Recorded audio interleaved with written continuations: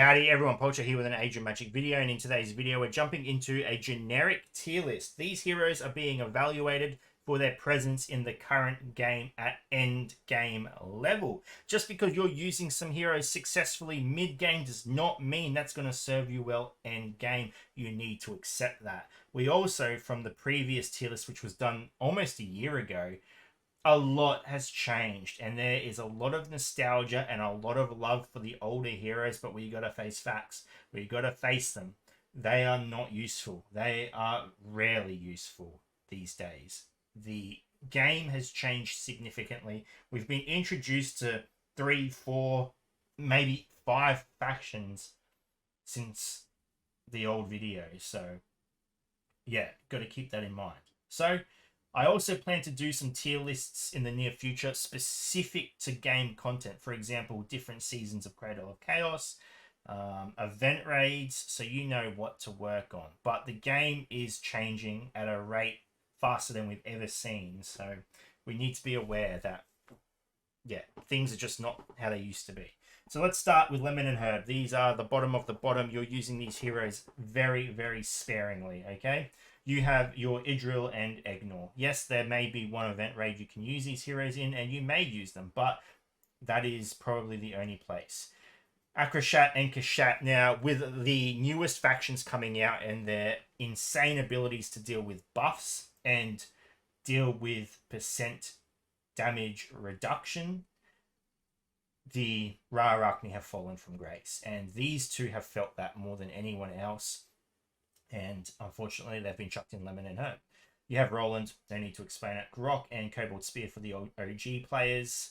Yeah, again, you're maybe using these characters in an event raid, and that is it. Cage, you're probably wondering why is he in Lemon and Herb? But an end game player, if you are an end game player, where are you using him?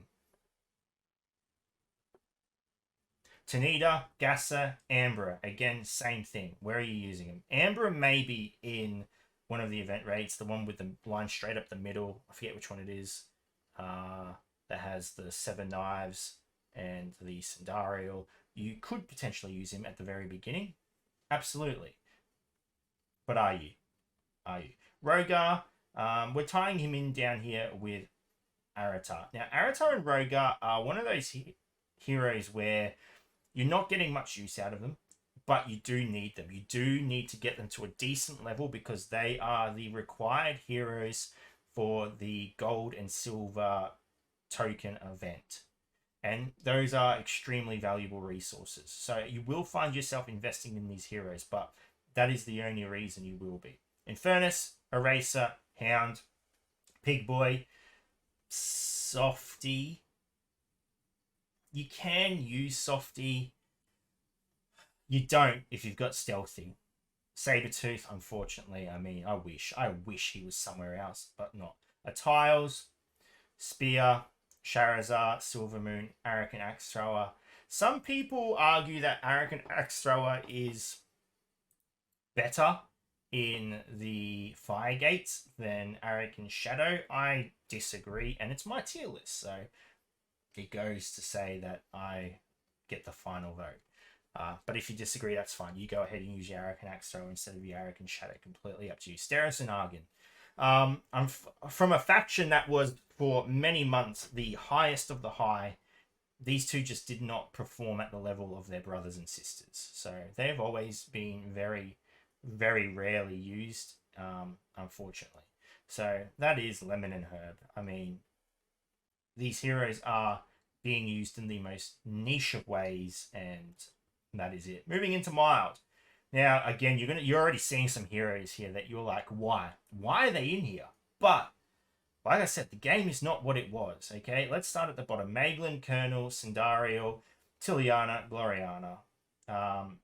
Now, I almost put Sandariel up one because Sandariel has started to prove that she has some very good use in Cradle of Chaos. Some really good use in Cradle of Chaos. And it's a team you use in one of the event raids, I believe.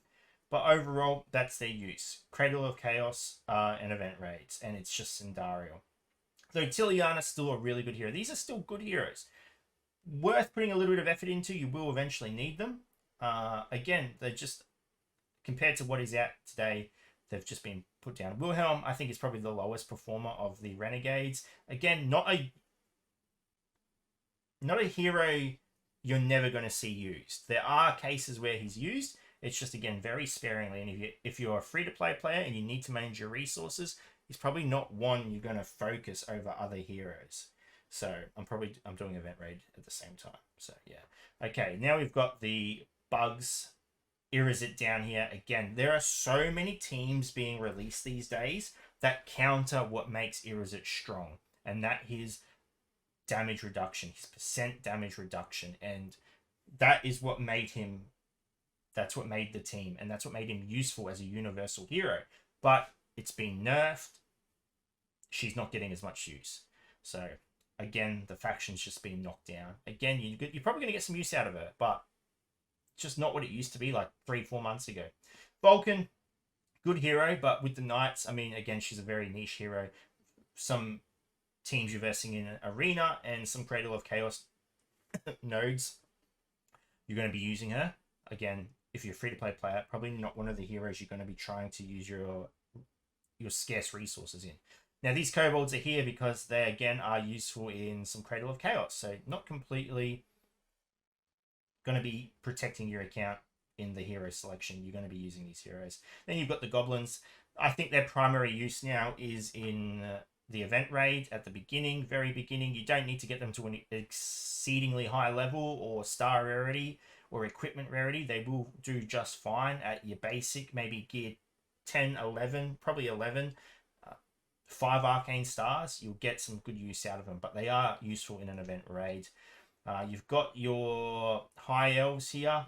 Now, again, event raid, and Kabuto and Daimyo actually have some pretty decent use in Cradle of Chaos. Their use being, you don't use them at all. They're there simply to increase the stats or chance of Oroheim proccing her abilities. So they're useful, but they're not. Okay, so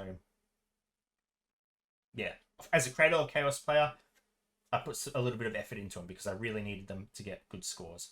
And like I said, you're going to need some of these characters for event raids. Same with the dwarves now. Again, event raids is where you're using them. They're nowhere relevant in today's PvP meta or tournament meta at end game. And with how difficult Chorin is to get now, when you do get him, you've just got such better heroes to be using. Mabe, Wieland, Irma. Now, Mabe arguably goes up. I think these two characters lost a bit of use when Rhiannon came out because Rhiannon's formation didn't require these two heroes. But I use these two heroes very well in Fire Gates. So, and that's in the middle section to upper section. So they're very valuable. You do need them.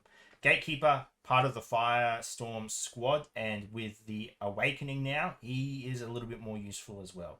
I think Dexar is probably the least favorable character in the Dragonkin now, apart from Rogar. I think Volna has grown on me a lot more over time. I think Dexar is still the primary choice in PvP, but in PvE content, I think you get a lot more use out of the Volna over the Dexar.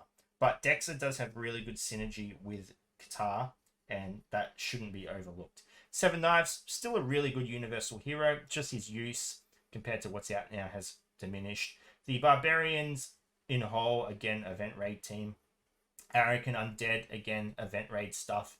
And Demons, again, event raid stuff.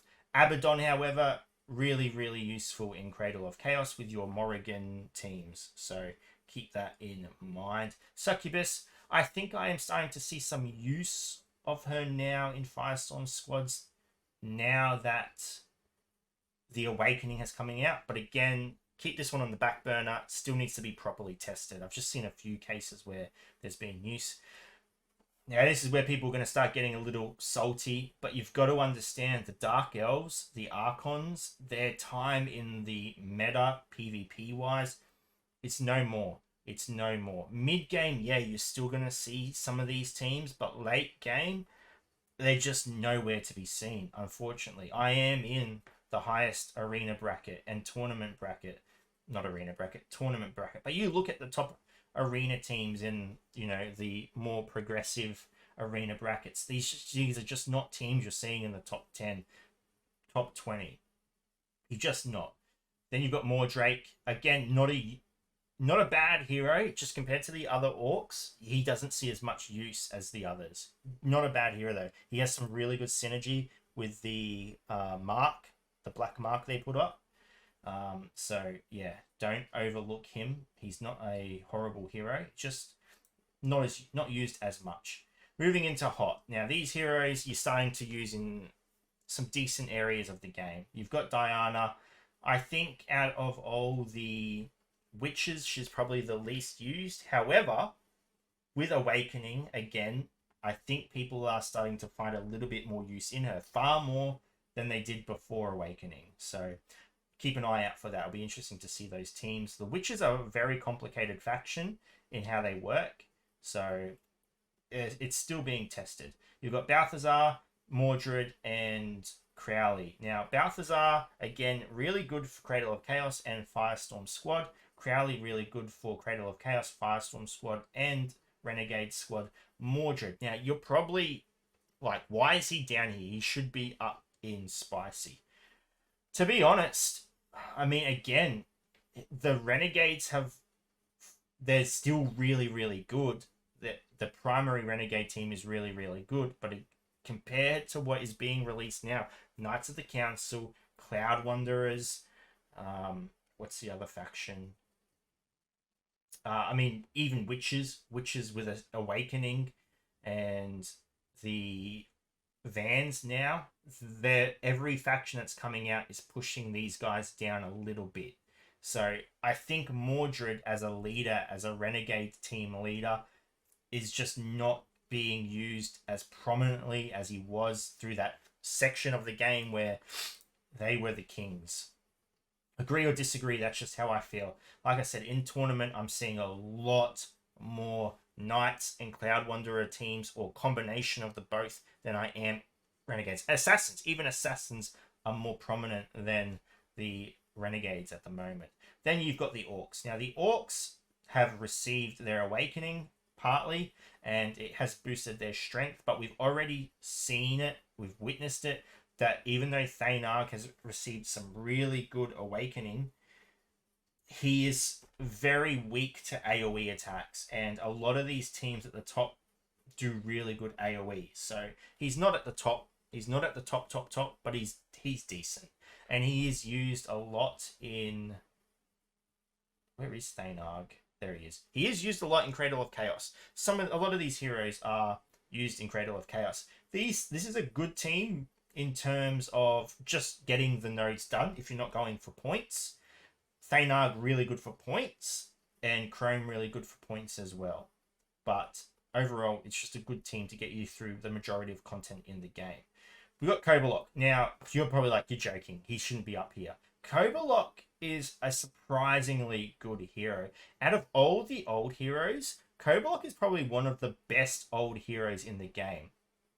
Originally, not even a second glance, but Cradle of Chaos, event raids, he's proving his worth. I'm using him in Firegates at the moment as one of my primary healers. He offers a lot. Accuracy decrease and healing, both really good things in PvE content. PvP, not a chance. You're not seeing this guy in PvP, but his worth has nothing to do with PvP. PvE, this guy is carrying. He's doing some work, and agree or not, I'm using him a lot, so I'm happy to have him up here. You guys don't have to invest in him if you don't want to. Make your lives harder, by all means. But if you've got him and you use him, you know he's doing some work.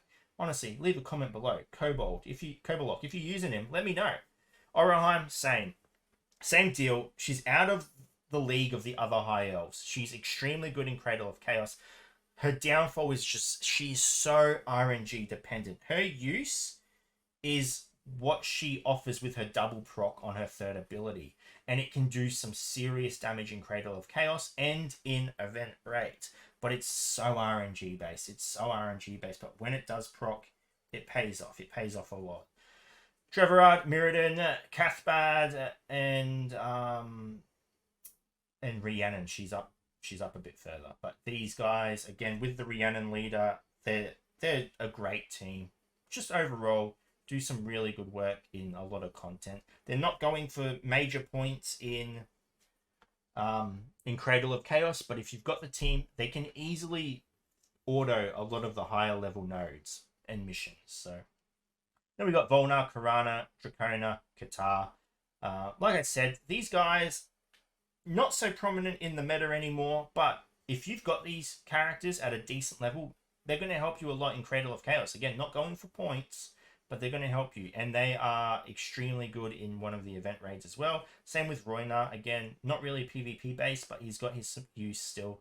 So, yeah. Moving up, we've got Azariel. Again, out of the other Dark Elves, she's getting the most use. And it's, again, coming down to Cradle of Chaos mostly. So, and event raids. So, yeah. Wukong and Suna, I think, are probably, apart from Pigboy, the black sheeps of the Beastmen now. Wukong very much used in the Valar team, but I think out of all the Beastmen, he's probably the least effective in the team. Maybe that will change when Awakening comes out, but this video isn't based on what these heroes may be when Awakening comes. Just keep that in mind. Lucky, Tricky, Bjorn. They do some work against some of the meta squads still. They still do. Bit of RNG, but they do pay off. And again, they're an event raid team. So no waste in having these heroes buffed up. You're probably like, where's Tricky and Pride? Yeah, we're getting to him.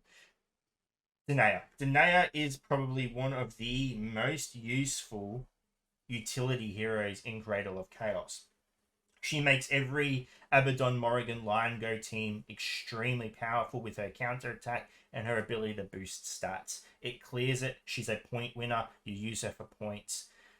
Same with these two characters. They are good in event raids and really good in Cradle of Chaos for their ability to, well, yeah, maybe not Blood Priest. Blood Mage, though, him and Azariel have this really good ability to apply a debuff before the... apply a permanent debuff to the enemy, which really helps with Soothsayer and her bomb. He is a very niche point. I think I've put him up too high. He should maybe be down one rank, but he's there now, so let's just live with it. Tyros and Artis, again, really good in Cradle of Chaos for points. These two heroes probably being used more than the other Archons. I'm really happy that I've got them. I use them in probably the majority of seasons of Cradle of Chaos. I don't use these guys, though. So that's why I've ranked them a bit higher. Moving up to Spicy. Let's go to the... That's how many votes I got. It's not. Let's move up. We've got the Witches. Now, the Witches have their awakening, and they've become extremely strong. As a defense team, not so much. But as an offense team, if you use them properly, they can do work. And people are finding good success with them in Cradle of Chaos as well. They can stand up to some of the meta teams. And by all means, if any team can stand up to the meta teams, they belong in the Spicy ranking. We've got Ulfrin and Freyhel. Now, these two characters, though we do not have their full faction, we have seen them in one of my videos, the Spotlight video for Ulfrin, the full faction Decimate Cloud Wanderers. With that type of power, you know they are going to have a place up in the Spicy, maybe even Ghost Pepper. But until we get the full team, until we can test it against other meta squads as well, this is where they're going to sit. They are, I believe, heroes worth investing in, and I am doing so currently. Lion Girl and Morrigan, again, they are probably getting the most use out of all the Renegades at the moment, simply because of Cradle of Chaos. I think they're used in every season. So, yeah, again, people are looking for the things that get the job done, and these are two characters that do. With their Abaddon and with the Danae, these two characters tear up, absolutely tear up. We've got the Knights of the Council. I don't need to explain why they're in Spicy. They're just a really good faction. They've got their awakening now. They do a lot of damage. They're very tanky. They can be used in all areas of the game. Cradle of Chaos, regular raid, tournament, arena. You've got them, you're using them. Rhiannon is up here by herself without the other druids because Rhiannon is actually quite a universal hero. People use her really well in raid with various teams because of her ability to reset abilities on new waves, and because of that she has tremendous use. And in the future when harder raids come out, I'm assuming that regular raids will still have the ability for you to use whatever heroes you want. Don't quote me on it, do not quote me on it, but if they do, her value will still carry on tremendously, because she can make any team so much more powerful. Going into a whole wave with a fresh set of skills, it gives a lot more playability playing on order. You don't have to manual as much because the abilities aren't so necessarily concerned with the rotation in which they're being used. Fyra, again, he's in spicy because I think he's one of probably the best utility heroes in the game, best support heroes in the game. Cradle of Chaos, he offers a tremendous amount. He can be used on a lot of different teams simply for his ability to buff damage at the start of combat. And yeah, then we have Stealthy and Tricky. I think these two are probably the best combo of heroes in the game. These two are used in every single Cradle of Chaos mission level, whatever. They are being used because of their synergy. Pride and his ability to apply vulnerability, and Stealthy and his ability to support attack targets that are hit who contain the vulnerability debuff. It is a humongous combination. I don't know any other hero that synergize as well as these two. I mean, you got Morrigan and Lion Goat, but they don't really bounce off each other. I mean, she applies the mark, he triggers it, but these two work off each other in one sweep of an ability, and they're not even casting an ability. You go into a battle with Teodor, for example, and you cast his AoE, these two are doing a tremendous amount of work just off that alone. I think these two characters are immensely valuable to any serious Cradle of Chaos player, and you've got them, you know how valuable they are. Teodor, he's up here, he's huge in damage, he can stun, he can apply static, I think he can slow. He's just all round a good damage dealer. Same with these two characters, Ramfit, just a great tank, and Roxanne, a good leader. Nothing crazy about them, you just know they're good. The Beastmen, definitely up here now because of their awakening. This video is 22 minutes long. I'm sorry, there are so many heroes in the game now. Beastmen, you know why they're up here. They are really good now with their awakening. Rogaroo being able to insta-cast again after transforming is huge. Valar's increased damage in AoE, his ability to blind now and lock down any targets. They're good. They do a lot of damage. Very RNG based though. That's probably their only downfall. If they didn't have RNG behind them, oh, they would be scary. They would be really scary. We've got the Assassins. Of course, they're good. They're RNG based as well, but they are really strong. Their only downfall now is that they don't have Awakening and they don't have a leader. I mean, they've got Demetria, but they do not Demetria, Claudia Toxic. She's the leader, but they don't have an official leader yet. And when they do, and when they get their Awakening, I mean, I will be scared. Same with Renegades. Renegades and Assassins are probably two teams we probably need to watch out for when they get Awakening and when they get their leader, their boss. So keep that in mind. And then we've got the three Ghost Pepper characters, Librarian, Astoria, and Eva. I think these three characters are just used everywhere. They can be combined with so many different heroes. Eva's used with the Knights. She's used with the Cloud Wanderers. She's used in Raid. She's used in Cradle of Chaos. She's just so good with her ability to just resurrect three characters on death. And she's normally one of the last characters to die as well. Astoria, again, Cradle of Chaos, those two teams I just mentioned, she offers so much, and she is probably one of the reasons the Cloud Wanderers / Rhiannon do exceptionally well in regular raid. And then last, Librarian. Again, he's still just one of those heroes that people are trying to use everywhere. Absolutely everywhere. And with his Awakening now, he just does so much more damage. So much more damage. There is a combination of Cloud Wanderers and Knights where he is just the only damage dealer, and that's all they need. He just takes care of everything. I think these three heroes are just invaluable. I think you just need to invest in them. Who knows what will happen in the next 2-3 factions? Maybe they'll be bumped out, but at the moment, I mean, they carry really hard. They do their jobs extremely well, and yeah. But there you go. There is the tier list. That's where everything sits at the moment, with my personal opinion. Again, I bet you any money you've all got different opinions. Share them if you want. Am I gonna pay attention to them? Sure. Anyway, ladies and gentlemen, thank you so much for watching. If you have any questions, feel free to leave a comment below. I will answer it to the best of my ability. And wherever you're on the world, until next time, please take care of yourself.